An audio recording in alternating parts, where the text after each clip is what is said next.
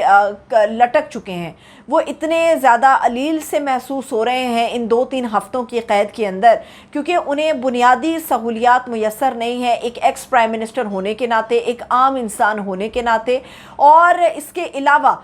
وہ کہہ رہی ہیں کہ انہیں ایک تو ان کے سزا معطل ہونی چاہیے, دوسرا انہیں ایٹ لیسٹ ایک ڈاکٹر کا معائنہ, جو ان کے اپنے ذاتی ڈاکٹر ہیں فیصل سلطان, ان کے علاوہ جو گھر کے کھانے کی سہولت ہے وہ خان صاحب کو جو ہے وہ مہیا کی جانی بہت زیادہ ضروری ہے. لیکن یہاں پر ایک سوال بڑا عام ہے کہ خان صاحب اگر توشہ خانہ کیس کے اندر بڑا قوی امکان آج بھی تھا, خدا کرے کہ جو سب لوگ دعائیں کر رہے ہیں کہ پیر والے دن جو سماعت ہونے جا رہی ہے توشہ خانہ کیس میں, اس میں اسلام آباد ہائی کورٹ نے آج جو تحریری حکم نامہ جاری کیا ہے اس میں انہوں نے بتایا کہ اگر وکیل امجد پرویز نہیں بھی شامل ہوتے اس سماعت کے اندر, بیمار ہوتے یا کسی اور وجہ کی بنا پر وہ نہیں شامل ہو پاتے, تو ایک معاون وکیل وہ اپنا مقرر کریں گے اور انشاءاللہ پیر والے دن جو ہے اس توشہ خانہ کیس کے حوالے سے جو ہے اسلام آباد ہائی کورٹ میں ایک فیصلہ سامنے آئے گا, جس میں بڑی توقعات ہیں کہ خان صاحب کی سزا کو معطل کر دیا جائے گا.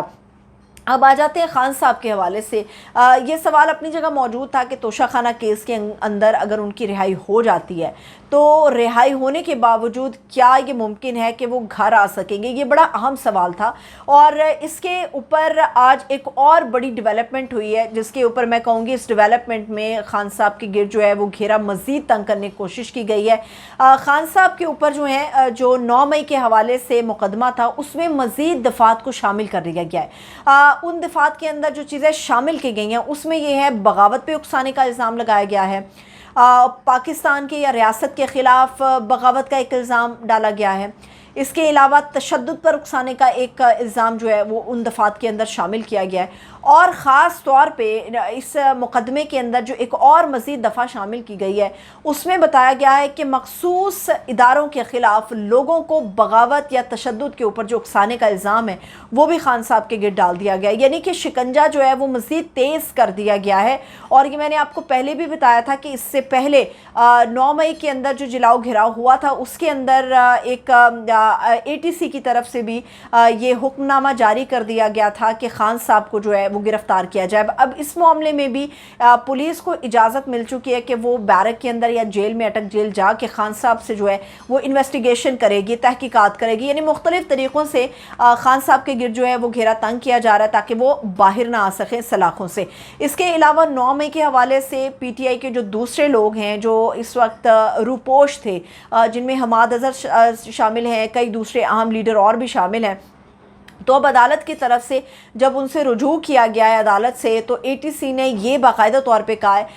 انہیں اشتہاری قرار دے دیا گیا ہے اور اب ان کے خلاف جو کارروائی ہوگی وہ ایک اشتہاری کارروائی کے طور پر ہی ہوگی. تو اس طرح سے مختلف طریقوں سے جو ہے مختلف جگہوں پر وہ کہتے ہیں کہ بند باندھنا یا دیسی زبان میں کہتے ہیں ناکے لگا دینا. تو اب PTI کے رہنماؤں اور خان صاحب کے گرد جو ہے وہ ناکہ مزید تیز کر دیا گیا ہے اور سخت کر دیا گیا ہے. اس کے علاوہ جو ایک اور مرد مجاہد میں کہوں گی یا کہوں گی جو شخص ٹوٹ نہیں رہا اپنی زائد العمری کی وجہ سے, وہ پرویز الہی صاحب ہے, جن سے